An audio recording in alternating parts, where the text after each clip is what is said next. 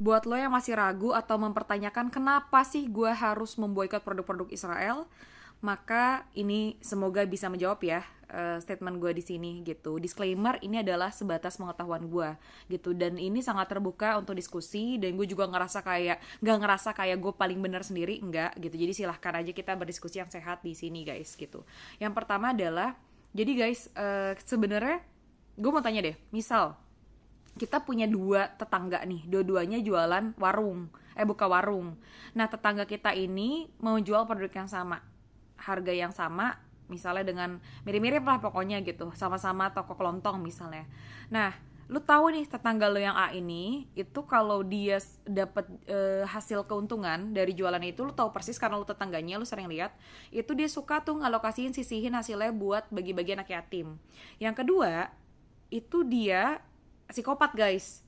Jadi dia itu suka, entah gimana ceritanya, dia tuh kayak ada aja duitnya buat misalnya kayak tiap minggu keluar beli peluru, terus dia kayak nembakin orang gitu, kayak ke taman kemana gitu. Dia punya sadisme gitulah, misalnya dia psikopat.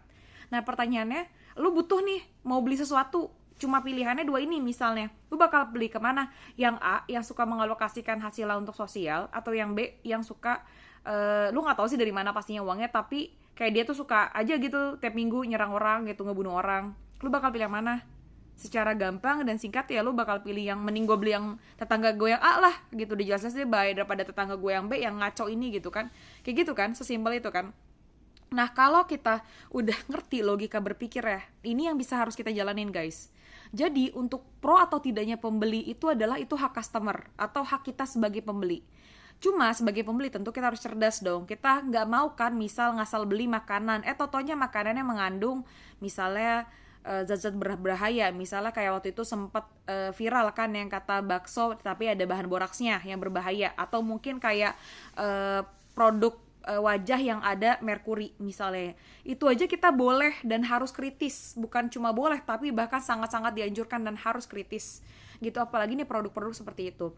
Nah, buat lo yang mempertanyakan apakah worth it atau layak untuk apakah kenapa sih gue harus boykot gitu, lo mending telaah deh. Kan kita sama-sama punya Google ya guys ya, kita sama-sama punya browser, kita sama-sama punya smartphone, lu cari aja gitu informasinya. Lu bisa analisis dan telaah kayak sekitar 3 sampai 5 sumber. Itu banyak kok, banyak. Gue diantaranya kayak ada BDS dan sebagainya gitu. Itu cari tahu. Dan kita bisa kan telaah kayak ini kenapa sih gitu. Bisa perusahaan-perusahaan ini disinyalir gitu. Itu perusahaan Zionis Israel, turunannya itu ada 500-an lebih perusahaan guys. Untuk membiayai perang itu mahal banget guys. Itu bisa miliaran sampai triliunan. Itu hitungannya tempo harian gitu. Itu perang itu mahal, nggak kayak kita kampanye nggak usah perang ya, pemilihan aja, pemilihan gubernur itu mahal, mahar partai itu mahal gitu, apalagi ini gitu, apalagi ini untuk bisa membiayai perang gitu, itu nggak mungkin murah gitu ya. Jadi silahkan telaah dan analisis sendiri, itu yang pertama. Terus yang kedua, jadi kita itu ya tadi ya, membangkitkan daya kritis kita ini kira-kira beli produk apa, kemana hasilnya, dan bagus atau enggak. Itu yang pertama. Yang kedua adalah, jadi gue gini sih, gue sesimpel misalnya gini, anggaplah misalnya di dunia ini ya ada peperangan. Misalnya nggak usah, kan tadi gue ngebahas produk Zionis Israel ya. Misalnya gimana kalau itu produk misalnya suatu agama tertentu atau ras tertentu atau apapun itu, cuma si perusahaan-perusahaan yang dukung ini itu tuh mendukung pembantaian misalnya orang-orang ateis yang nggak beragama. Pertanyaannya, gue mau nggak beli itu? Tapi yang dibantai ateis. Jawabannya adalah gue nggak bakal mau beli produk itu kalau jelas hasilnya ke sana. Walaupun ada sedikit ya, sedikit presentasinya nggak 100% sih, paling cuma ya 0,5%, gue tetap nggak mau. Kenapa? Karena itu nggak bantai orang. Buat apa gitu loh? Buat apa gue nggak beli produk, mau dia orang apa namanya, orang ateis kayak, mau dia apa kayak, gue nggak peduli gitu. Tapi kalau misalnya itu nggak bantai orang, gue nggak mau gitu.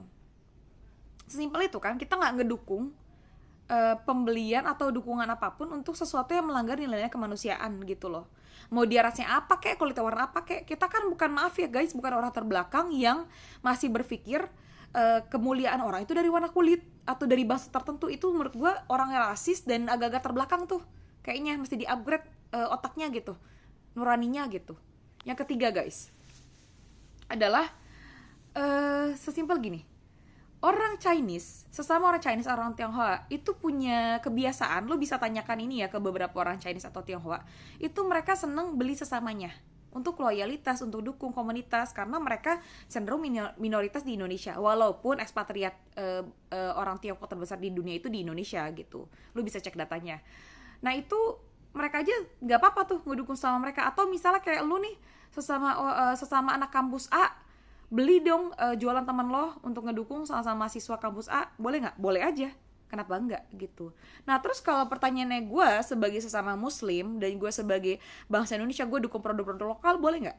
Boleh dong, bagus dong. Bahkan itu meningkatkan penghasilan dan juga pendapatan negara kita gitu loh. Itu bagus kan? Dan kenapa mesti dinyinyirin gitu? Terus yang keempat, kayak misalnya ada yang ngebahas kan Instagram juga produknya Meta kan Mark Zuckerberg Yahudi kan mendukung dan sebagainya gitu. Oke, gue mau nanya dia sama lo, ada nggak sih produk makanan atau minuman di hidup lo yang 100% aman, bebas dari pestisida, GMO, atau bahan pengawet, 100% murni aman? Gue mau nanya, ada nggak? Kayaknya gue rasa manusia era modern ini hampir gak ada deh, kecuali dia kaya raya, dia terpencil, dia terpelosok, atau dia kayak bisa isolasi dan dia punya cukup duit untuk benar-benar memastikan semua makanan dan minuman sehat. Gue rasa hampir gak ada deh yang gak ada terkontaminasi ya saat ini ya gitu. Jadi apakah karena gak ada, karena kita susah untuk memblokir diri kita dari hal-hal yang buruk seperti itu, kayak makanan yang berpengawet, minuman yang berpengawet dan sebagainya gitu misalnya.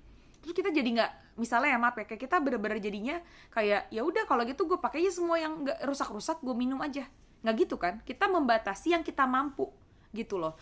Contoh kayak sosmed, Instagram dan lain-lain, itu tuh selama nggak kita ngiklan di sana guys, itu nggak ngasih keuntungan gitu. Itu yang gue tahu ya gitu.